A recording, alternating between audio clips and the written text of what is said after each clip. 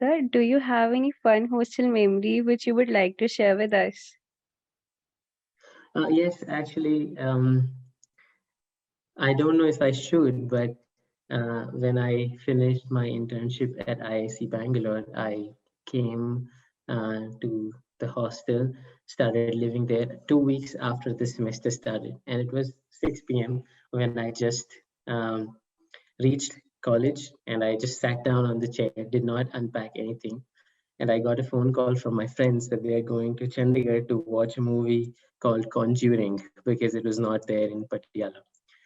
And we decided that we will, my room was on the ground floor, so we decided to jump out of my ground floor room's patio, go out and watch a movie in Chandigarh, which eventually we could not watch because there were 7 seats left and we were 8 students. So we just roamed around the streets of Chandigarh and came back.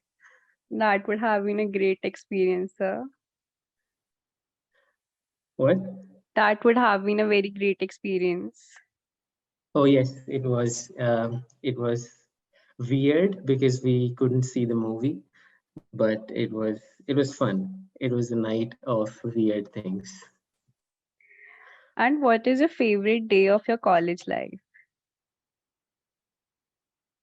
Favorite day, I think there were many, so it's something that I cannot pick. But I believe that um, there were times when I had to basically, like, I was working through many different things, whether academia or other activities that I was participating in. But then there used to be times when we just used to sit around outside the lawn of Dean's office and just have chat about things, about life in general. I think those times with friends were the most uh, good days that I had at Thapar. I guess your college life was amazing. It was indeed, yes. So, what do you miss most about your college? Uh, Miss. So I used to take long walks at night, sometimes starting at like 2 in the morning, 2 a.m. till 4 a.m. And I used to spend that time alone, just thinking about things. And I think that was the time which I've never gotten since then. So, as you know, Thapar has a closed boundary, so you can literally go out at night without wondering about safety and things like that. So I think that was the time when I really miss that. Are you in touch with any of your college friends right now? Yes, I am. So there are a few actually. Some are from computer science, some are from mechanical itself, and um, some of my friends visited me in Atlanta when I was doing my PhD.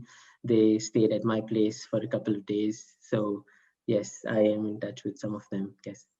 So it is believed after college, many of our friends get different jobs in different cities and we mostly lose touch. Was it the same for you? Yes, that has happened with a couple of close friends that they have got married, got jobs in other places, and not really in touch. But I think with the new age of social media, it is easy to look them up and contact them anytime that we want. So I think if there is an effort from either side, we could be back in touch again. But yes, there are cases like that too. What is your view on the attendance system of college? So back when I was a student, there was 75% minimum requirement for attendance. I am a student who picks up knowledge from the teachers. So I think it was helpful for me to go and just attend classes. But I did not really look at attendance except in the seventh semester when I was actually losing attendance in one of the courses. But other than that, I think for me it was not a big problem. But I think that there are some students who do not learn from others. They generally tend to learn from themselves by studying, and there should be some slack for those students as well. So.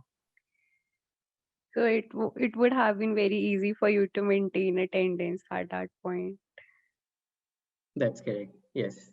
Except the seventh semester. So yeah. Okay. You were part of many societies back in your college days. How did it help you to shape yourself up for your professional life? Yes. So I think that's a very good question. I actually was part of few societies like FABs and Literature SOC, Lit SOC, and then I created my own society as well. It was called Redefining Engineering, and we used to communicate important messages on campus to students through SMS.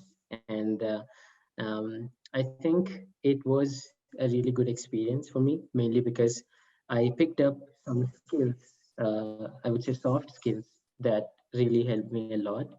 Um, I think that doing or creating my own society at Thapar helped me become street smart and kind of get an experience of running a business, sort of, that how to raise money, how to figure out how to do events, and then how to manage a hierarchy of people, and then how to operate basically on a given timeline.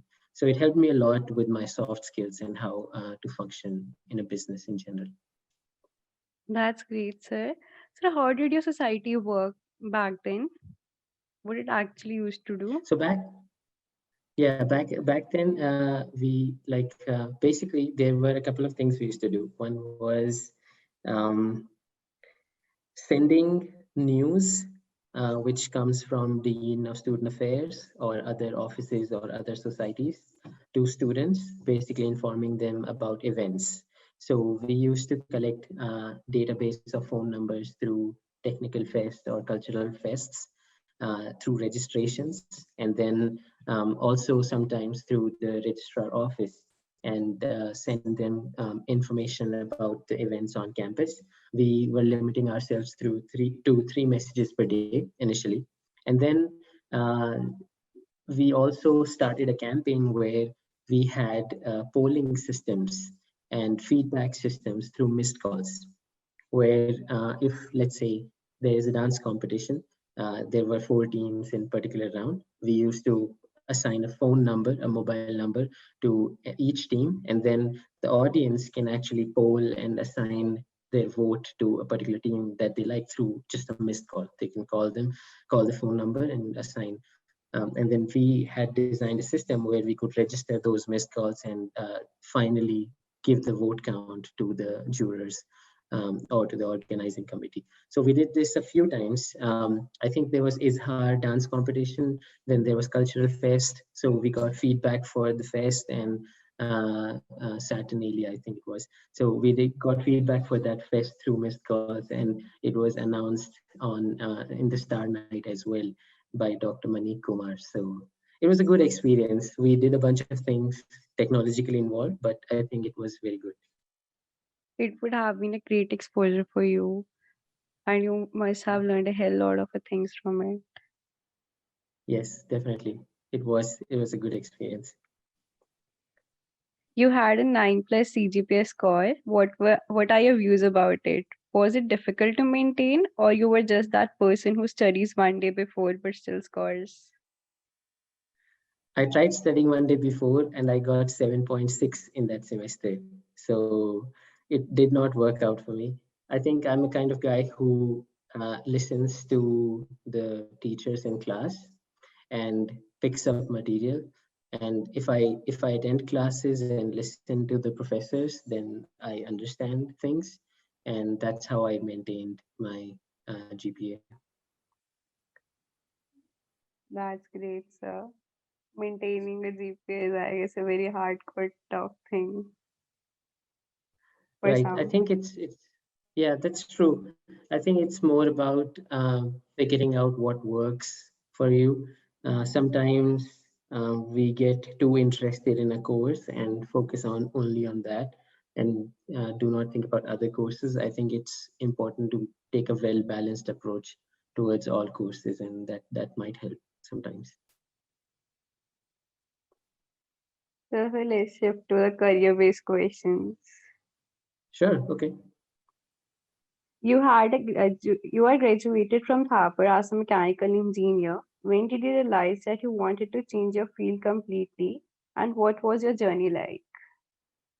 So I initially wanted to get a degree in aerospace engineering, but in India there is a lack of schools that offer aerospace engineering, and even if they offer, they are not as renowned as what Thapar was for mechanical engineering. So I just decided to take mechanical engineering at Thapar because the program in aerospace and mechanical is similar, and the background knowledge that you need to work in any of these fields is similar. So that was my motivation to come to Thapar and study mechanical engineering, and eventually I moved to aerospace engineering, things that I actually wanted to do. So how was your journey like? It was like as the engineering journey was a bit tricky, mainly because I already knew what I want. I wanted to go for higher studies in aerospace engineering, and also try to pick up some skills that are required in that field. So I tried to look for internships that were research oriented in aerospace engineering. And then there were a few opportunities at Thapar University in mechanical that I had to let go, mainly because I had interest in aerospace engineering. For example, the Formula SAE team that Thapar has, Formula student team, they work on a car, they send it out and also go with the car to race against other universities from different countries. So that's an experience that I wanted to have. But then I believed that I did not want to go that path. So it was a bit tricky at times to let go of opportunities, but then I knew what I wanted to do. So I just kept pursuing that. That's a very beautiful journey, how you took it from one point to another and Hmm. ultimately accomplished your goal. Yeah. You have a master's degree for aerospace engineering. What made you go in that particular field? So I did my internship in Indian Institute of Science, Bangalore, for 3 months in summer of 2013. And then I was working on micro aerial vehicles, which are basically like small, tiny vehicles that can like fly, like drones, but smaller. And they can be used for many different applications. And during that internship, I picked up some skills and some knowledge related to aerospace structures and components in general. So in my master's, I wanted to explore a little more and learn more about aerospace structures like wings, rotor blades for helicopters and things like that, that can be useful in designing such vehicles. So that was my motivation there. That's great, sir. What would you have been continuing with if not up with research right now? It's a difficult question because I have particularly not thought about doing anything else other than research. But I think if I was not doing research, I would be starting a business and just doing something like in a technology space. So creating a startup which is technology based. That's awesome, sir. Did you get any guidance regarding your current profession from college, or you will credit it to yourself? The students from Thapar, not many students pursue higher education in other countries or even in India. So that was the trend at that time. And I did not get much guidance from like seniors in that regards. But I think that there were a couple of students in my class who were direct admissions from abroad, and they had seen like a transition like that before. So I got some guidance from there, and then I got guidance from the internship experience that I had when I went to Indian Institute of Science, which is predominantly a graduate school for higher studies. Wow. What was your motivation for research? Um, Research, I think there were two different reasons. One is that just being a problem solver and doing some research in undergraduate degree helps showcasing that you have the potential to pursue higher education or graduate studies, which predominantly involve research. So that was one motivation to start doing something right at the undergraduate level. And the second reason was that getting involved, I think, with the departmental activities associated with research was something that helped me get a better understanding of what other professors in the department do. Like there were many professors who used to teach us different courses, but their research was different from what they were teaching us. So just to get more knowledge about the field in general and picking up their brains on what they do, and so I think that was main motivation for doing research at that time. Mm, okay. How did the pandemic affected your professional life? I couldn't hear you. Can you say that again? How did the pandemic affected your professional life? Oh, okay. I think it has. So my work predominantly involves research and teaching. So with the pandemic, I am not able to see students who I teach, and I think that is one big challenge of how to keep communicating to students, keep checking about their mental health, and focusing on their personal development while not being able to see them. That's, I think, one challenge there. So the other one is like when we do research, we have to be in office and in an environment where we can interact with others, which has really been affected as well because now we work remotely, or even if we go to our offices, we are generally isolated from others. So yes, it has affected, but I think that's just the professional life part of it, right? So there are some benefits as well, like spending more time at home is another benefit that we get sometimes. So I'm enjoying it, but let's see how it takes us in the future. What would you like, being again at home or actually going back? So my other peers, I am also married, and my wife would have stayed in Atlanta if not for the pandemic for all this while. But now, because of pandemic, she can also work remotely, and she's here. So I think that's something that I like and enjoy spending time with her. So I would not have been able to do that if it was not for the pandemic. That's so great, sir. So, what was your experience in Airbus UNESCO Flyer Idea 2015, and what is it exactly? What was your experience in the Airbus Innovation Showdown, and what it is exactly? So Airbus Flyer Ideas and Innovation Showdown, these are a few competitions that are in the aerospace industry. Um, so I think the biggest one is this Airbus Flyer Ideas, which happens once in 2 years' time. And I was introduced to this competition by one of my seniors in mechanical engineering. He created a team, and he took me as a part of his team, and we worked on something really cool, and we were selected in top 100 teams across the world. But then we did not win in 2013. So I took this opportunity further, and I worked in aerospace engineering in 2014 and 15. And then, based on my experience, then I had some more ideas which I could use to participate in these competitions.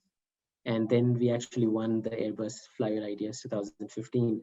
Of course, not with the same team, but with a different team. But it was a great experience because this competition is conducted by Airbus, and they um, let almost everyone in the world who is a student in aerospace engineering or related areas participate in this. And then they select teams in top 100 rounds and top 5 rounds, and then they call students to Germany, to their headquarters, to present their work and announce a winner. So it was a good opportunity for me at that time to showcase some of the ideas that I had, some skill sets, and also pick up, skill set of how to present to a geographically diverse group of people in Europe, because that's another challenge. So I think these are some things that I could pick up, but it was a really good opportunity for me to get out there and meet people in the industry and connect with them. That would have been a very great experience for you and further for your like motivation, I guess. Yes, yeah, it was really good. And we also won 30,000 euros cash prize. So that was a cherry on top. That's really commendable. As a consultant, what would be your piece of advice for present college students for working in the same field as you are? Um, in the same field, I think I believe that mechanical engineering in general is also transforming, and mechanical engineering is no longer about just studying the core concepts. It has become more and more about application and design of new products that could be not only just in automobile sector but in different segments like portable electronics, robotic devices, and many other household items as well. So it's important to diversify the knowledge and yeah, just pick up skills on the way. And what would you suggest for the person who want to pursue aerospace engineering or research like you?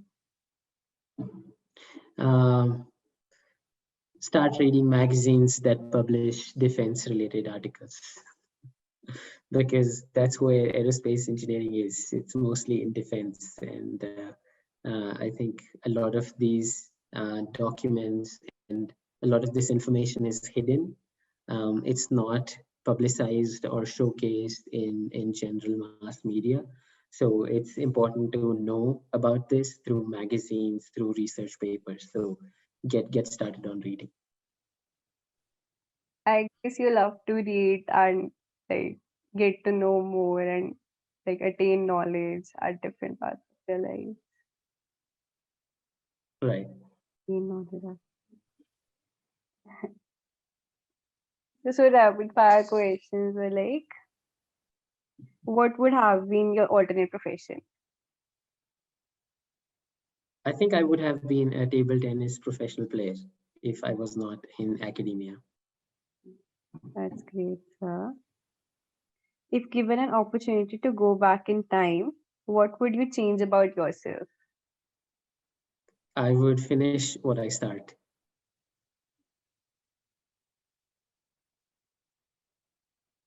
What is the one principle that you abide by till date? I think I would never say no to somebody who is asking me for help. What was your favorite place in Thapar to hang out? Hmm. Again, I think there is no preference there, but we used to have a lot of fights in front of the juice corner, mainly because we wanted others to pay. So I would say that was the best fun place. What would be the title of the book if written about your life? Planned pursuit. That's great, sir. What would you prefer, attendance or sleep? I would pick for Hostel J's breakfast. Attendance will come naturally. Netflix or YouTube? Netflix. India or abroad? Abroad. Are you a morning person or a night person? I am a night owl. I stay awake all night. What is your favorite pastime? It's mostly hiking with my wife in mountains. Uh, Thank you so much, sir. It had been a very great time and a very great session to talk to you. And Thank you. Thank you. so what would be the one piece of advice you want to give at the end of the session? I think I would ask students to pick up some soft skills and try to be street smart, because as an engineer, the other best thing that you can learn is how to be street smart. So that will go a long way in helping anybody in an engineering career. That, that's a very great piece of advice, sir. Well, thank you so much for having me for this podcast. It gave me a chance to reflect back upon 4 years of my life from 2010 to 14, which was quite a long time, and I it was fun. It was fun to reflect back on those memories. So thank you so much. Thank you so much, sir. Bye bye. Bye, sir.